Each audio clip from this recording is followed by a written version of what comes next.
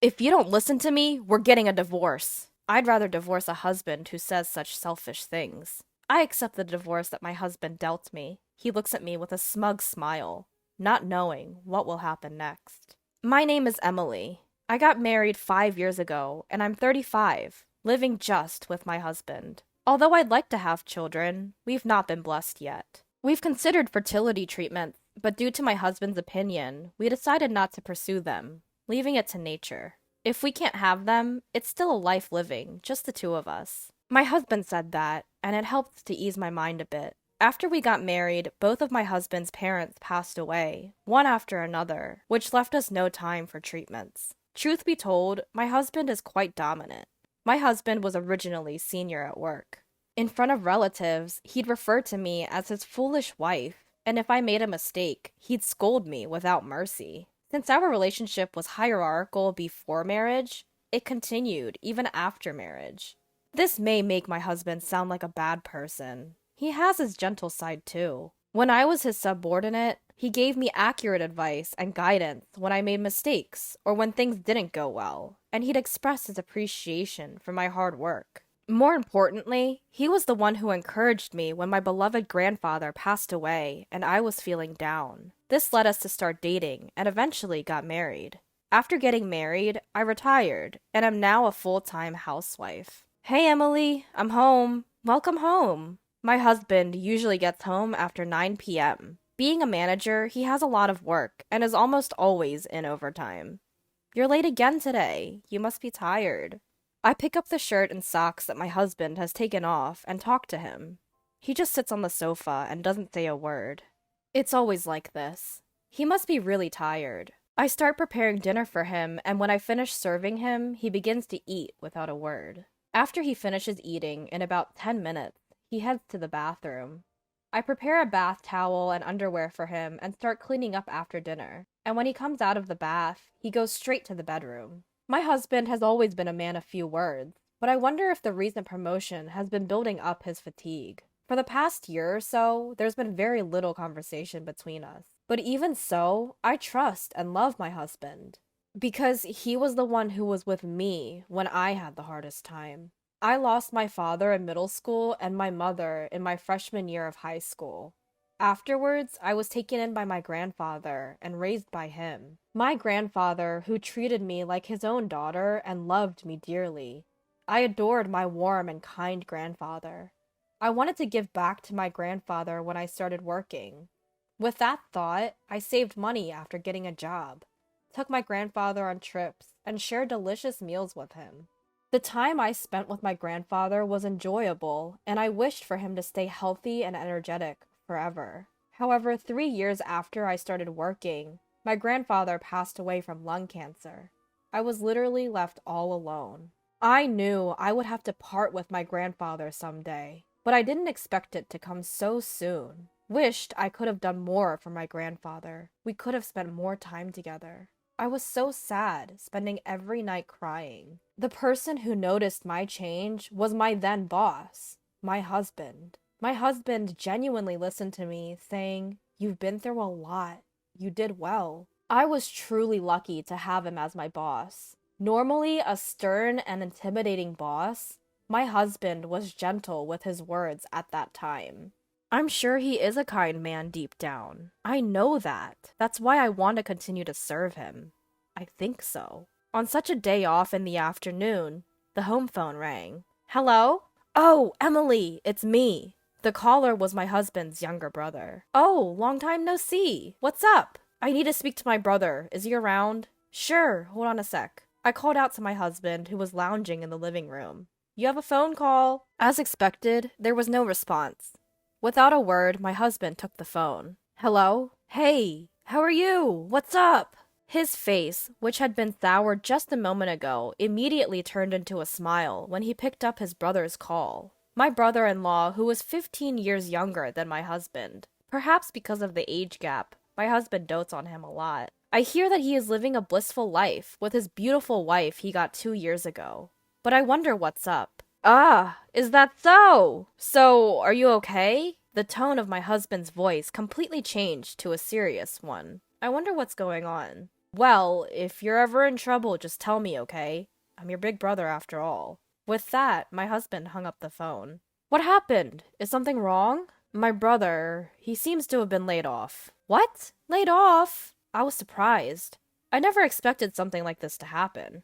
Yeah, I heard the company was struggling, but I didn't expect him to be laid off. My husband sat down on a chair, looking downcast.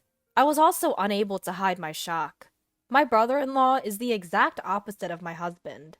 He is gentle, calm, and always humble. He treats me with respect as his sister-in-law, and even when my husband insults me in front of our relatives, he would defend me, saying, "Bro, that's not fair to Emily," and never fails to show consideration for me by apologizing. Sorry, Emily, for my brother's rude behavior. His wife is also a similar type of person, and I had a good impression of them as a couple. And now he has been laid off. I started to think about what I could do for my brother-in-law and his wife. I want to help them, wanted to support them, even little. That's what I'm determined to do. Hey, isn't there something I can do? I asked my husband. He gave me a sharp look. What do you mean by something? Well, I was thinking, can't we do something to make your brother feel even a little better? At my words, my husband sighed heavily. You really are a hopeless woman. You, who haven't been out in the society, wouldn't understand this. He's going through the toughest time right now. To casually say if there's something we can do, outsiders should keep quiet. His aggressive attitude took me by surprise. I'd meant well, but it seemed I'd rubbed him the wrong way. Outsider? Aren't I a part of the family too? I asked my husband, almost pleadingly. Family? You're my wife, not my brother's. Unrelated. Outsider. His words struck me like a knife to the heart. I'd never seen my husband this aggressive before. His brother being laid off must have been a tremendous shock to him. But there are things you can and can't say. Just don't do anything unnecessary, he said before he walked out the door. After that, he became even more oppressive towards me. What's with this meal? Learn from my brother's wife. What did you do all day today? My brother's wife always keeps herself tidy and manages the household work perfectly, he barked. I'd never seen him be so unreasonable. I wondered what on earth had happened. Enough! What on earth happened to you? I finally snapped back at my husband. Shut up! Everything's a mess because of you, he blurted out, making no sense. I didn't know where to start with him. Before long, we weren't even making eye contact, and the gap between us was growing wider and wider. I began to question my relationship with my husband. One day, my husband started sorting out things in the morning. Like a thorough cleaning, he was sorting necessary and unnecessary items, steadily increasing the number of garbage bags. I wondered what he was up to. But our relationship had grown cold lately. I didn't have the energy to speak to him, so I didn't intervene in his. But unusually, he spoke to me. Hey, what are you doing? You should start packing too. Huh? Packing for what? We're moving out. I'm giving this house to my brother and his wife. What? What are you talking about? I found out that he intended to give the house where we were living to my unemployed and struggling brother-in-law and his wife. Wait a minute. Why are you doing this all of a sudden? Shut up! Don't defy me! My husband shouted at me loudly, but I didn't back down. You said you wanted to do something for your brother, didn't you? That's a completely different issue. What are we supposed to do if we hand over the house? Where are we going to live? We'll figure that out later. My brother's in trouble right now, and as his elder brother, I need to help him. My husband was moving the conversation along entirely on his own. To begin with, my brother-in-law was not the kind of person to kick us out and move into someone else's house brazenly. Despite this, why? As I gave my husband a suspicious look, he handed me something. If all you're going to do is talk back, you're of no use to me anymore. We're getting a divorce. Get out of here, right now. He threw at me the divorce papers already filled out. I couldn't believe he was proposing divorce. Stunned by my husband's unexpected move, I could only stand there. And yet, it felt strangely appropriate. I didn't feel like we could continue as a couple, even if we stayed together. Maybe this is a good opportunity. I picked up the divorce papers that had fallen to the floor and signed them, without a word. My husband was watching me with a triumphant smile. His expression was so comical that I almost burst out laughing. When I had finished filling out the divorce papers, I turned to my husband. This house isn't yours, is it? Huh? This house is the one I lived in with my grandfather. And the land was his too. They both passed down to me, remember? At this, it was my husband's turn to be stunned. If it's in my name, how are you going to hand it over? Huh? How are you going to? I pressed my husband with questions. No. I mean, my husband suddenly became flustered. Did you forget? You moved into my house before we got married because you thought it was a waste to pay rent. I've been paying the property taxes on the house and land every year because they're in my name, and you haven't given me a penny. Ah, that is... Well, it doesn't matter anymore. Once these papers are filed, our divorce will be finalized, and we'll be strangers. Wait a minute. Let's calm down. Calm down? That's my line. You're handing out divorce papers like it's nothing. How selfish can you be? It's unbelievable. I unloaded all my pent-up frustrations on my husband. I loved my husband, and I thought he loved me too, but maybe that was just my misunderstanding. I never expected the end of our marriage to come so quickly. Emily, wait. This is a misunderstanding. Let's have a talk. Talk about what? You were the one who brought up divorce first, weren't you? I've had enough of you. Saying this, I carefully put away the filled-out divorce papers. It's a holiday today, and I'll submit them first, tomorrow morning. My husband lay on the floor in a daze. No, this can't be, he muttered. I said coldly, without any sympathy, This is my house. Please leave immediately. Once the papers are filed, we'll be strangers. I can't live under the same roof with a stranger. My husband grumbled until the moment he left, but I did not waver at all. After all, he's a stranger now. There's no need to show any mercy. Even when my husband cried and clung to me, I didn't feel anything. And then my husband left the house as if resigned to his fate. News of my divorce from my husband spread quickly at his company. He was immediately looked down upon at work, I heard. Rumors about the reasons for our divorce and my husband's behavior throughout our married life spread in great detail. It seemed my husband had entirely lost his place at his company. I really wonder who started and propagated these rumors.